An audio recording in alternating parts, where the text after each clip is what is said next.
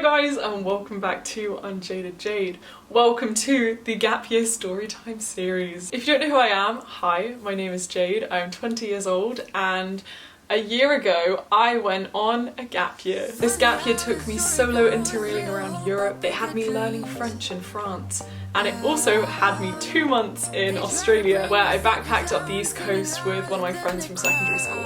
And it's a very different dynamic travelling with a friend than solo travelling, but trust me, I had so many adventures, and today I'm gonna take you to Falls Festival. This is an incredible Australian festival of the arts, and it's a New Year's festival, which is honestly one of the reasons that we came to Australia around Christmas, New Year's time, was for this festival. It's in Byron Bay, it's like Coachella vibes, and it's also where I met my soulmate. Yes, you heard that right, I did meet my soulmate at a dusty festival in Australia. It was also at this festival that I was framed as a drug dealer, so we've got a lot in store for today. If you enjoyed today's video, please give it a thumbs up and I'll continue this little series. Okay, so you know I love to set a scene. Instead of imagining a UK festival with your wellies and your mud and your chavs and whatever, I want you to picture this festival more as a Coachella vibe. It is hot, it is like 35 degrees, it is a dry field. One of the reasons we actually wanted to go to this festival was because when you're going through hostels, you tend to meet only international travellers, and this was very much not a touristy festival. This was one where we could make Australian friends. First day, me and Kerry arrive. We have our huge backpacks. We have this huge flipping tent. We are exhausted. It is 40 degrees Celsius. It is boiling. I am literally sweating, dripping. And we got into that massive field, and I can remember us scanning around trying to choose our new home for the next 3 days. We eventually landed on this spot that wasn't too far from the toilet. We sort of set up our tent. We were ready to escape the sun. We were ready to party. We were ready to make friends. We were ready to enjoy the best festival. Now, it is worth noting that at this festival, we actually did make quite a lot of Australian friends, people that I still talk to now. We were sort of adopted into this group of really nice Australian people. They shared the alcohol with us, we raved together, that's all you need for friendship. On the night of the first day, this was New Year's Eve, we did the whole countdown thing, we did the whole celebration. It was maybe 1 AM when we decided to sort of head back to our tent. We knew we had a few days partying left ahead of us. We were on our way back to the tent when we see this lovely, smiley guy with very prominent dreadlocks. I was pretty sure I'd seen him around. I feel like he just had this distinctive vibe about him. He was oddly childish, even though he was probably like 25 maybe. You know, we're social people, we got chatting, he said hi, we said hi, we talked. And it became very apparent that this guy was a very spiritual person. You might even call him a hippie. Now, if I call myself a somewhat hippie, he is hippie to the max. He was referencing, you know, love and light and everything. We also kind of assumed he was high by the depth of everything he was saying and the way he was looking at the world, but he very kindly invited us to come over to his tent, his area.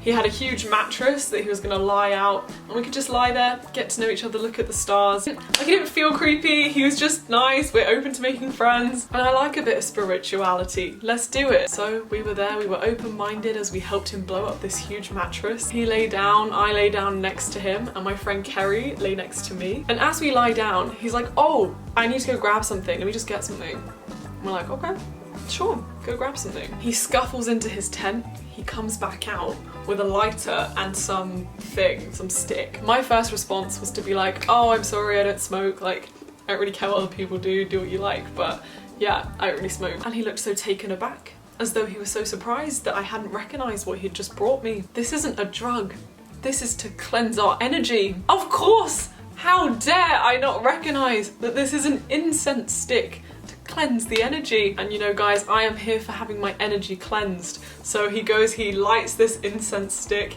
and he held it up, and I can still so vividly remember looking up at this clear night sky.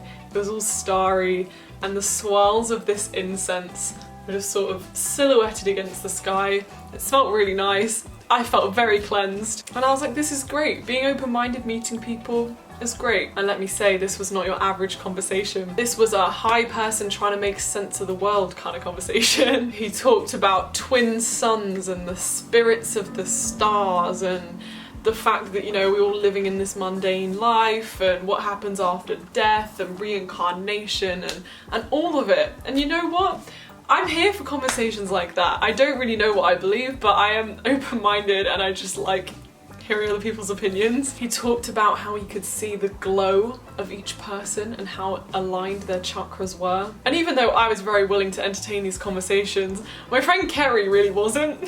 So I actually found it hilarious because I could just see her next to me pretending to be asleep, just to like get out of having to make sense of his hippiness. But then the conversation started changing. He kept saying it was fated that we met. And you know, I do believe this to some degree. I believe people come into your life for a reason, but I can remember him pointing up at the sky and sort of like, you know, shuffling next to me and be like, Jade, look at that. With his finger, he drew a line around certain stars and he said, you see that, Jade?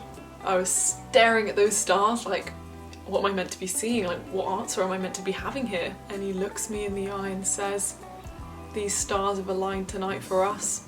It says we're soulmates. I was like, what the actual is this guy saying? I was like, is he joking? Like, ha ha ha, funny. And I suddenly hear Kerry giggling in her pretend sleep. I'm like, what do I even say? This guy is like dead serious. Like, it's not like a, oh haha, we're soulmates. Like, no, he's like, we are soulmates. And I remember he started complimenting me in very grand ways, you know, like, oh, your eyes, I don't know, sparkle like the celestial water or whatever. And I can remember being like, right, okay.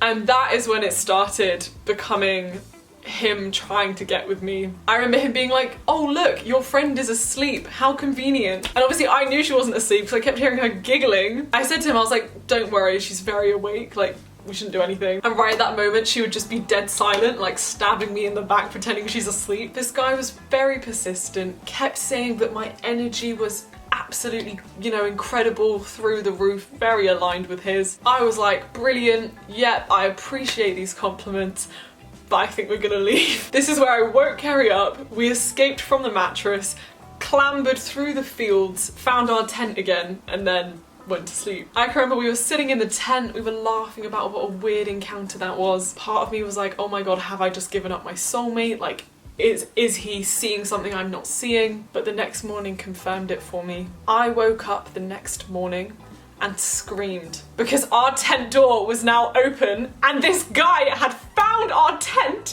and his head was in our tent and he was like lying half out of the tent, half in our tent. He like looked at me and was like, good morning, soulmate.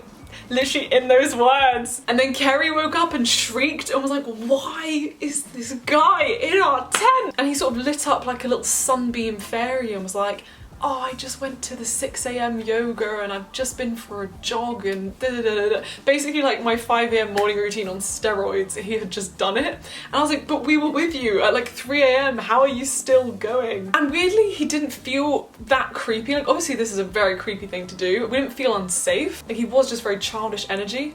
But I was like, why are you in our tent? So we politely invited him to leave. Then we way more firmly told him to leave. And he did. But it was very strange knowing that this guy knew where our tent now was. Thankfully we didn't really see him that much at the rest of the festival, but we were at the main stage and guess who was crowd surfing?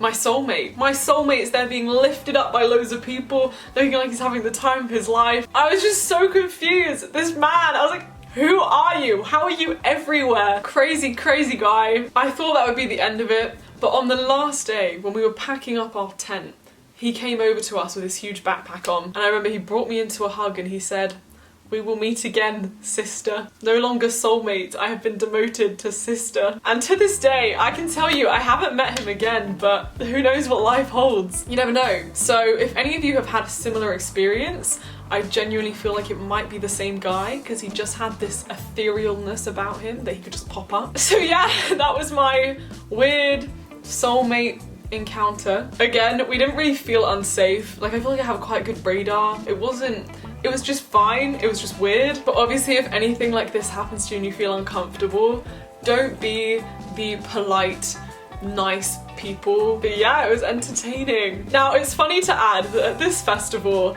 I end up in the medical room. Ha! I didn't drink enough water, and as I mentioned, it was about 40 degrees.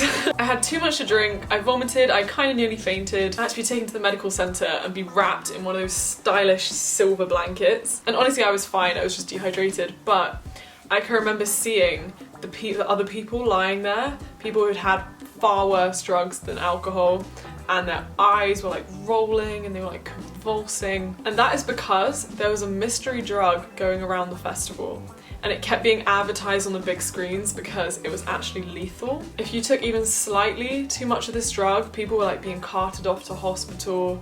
Some people have died of this drug. I can't remember what the name of the drug was. It was some like happy-go-lucky name, like a meow meow or like a fairy dust, or I don't know, I don't remember. But I have an interesting story to tell here. As I mentioned earlier, I have never smoked anything. I'm not gonna say I never will because I don't know. Drugs just really aren't my thing. But if anyone was to be a supposed drug dealer of this mystery lethal drug, I am the last person who should be a suspect, okay? Me and Kerry were in the queue for a club. A big group of policemen came and they were patting down every person in the line, searching for any trace of this drug. Obviously, me and Kerry weren't scared because we knew we hadn't taken this drug. We don't deal that drug. But then the person in front of us dropped this bag of white powder from underneath their clothing and kicked it onto us. Kicked the bag down right there by us, to the point where I had some of this mystery drug on my foot. And it was such a subtle move. It like caught me and Kerry so much by surprise. We were like, all of a sudden there's this mystery drug here and it's planted on us. But thank goodness one of the policemen noticed them do it, and the second they saw that move they were like, hey, you get out of this queue right now, we're patting you down. But then we became high priority for search too, so they were like, hey, you two, like, get here, da, da, da, pat down, pat down. And I was terrified. I was like, I'm not a drug dealer, please, no. Thankfully it was okay. They detained that guy. Honestly, they probably put him in prison because he had a lot of this drug and it is a lethal drug. But yeah, we were heavily questioned as to whether or not we knew him. So yeah, thankfully we got a fine. But that is the time that someone tried to frame me as a drug dealer.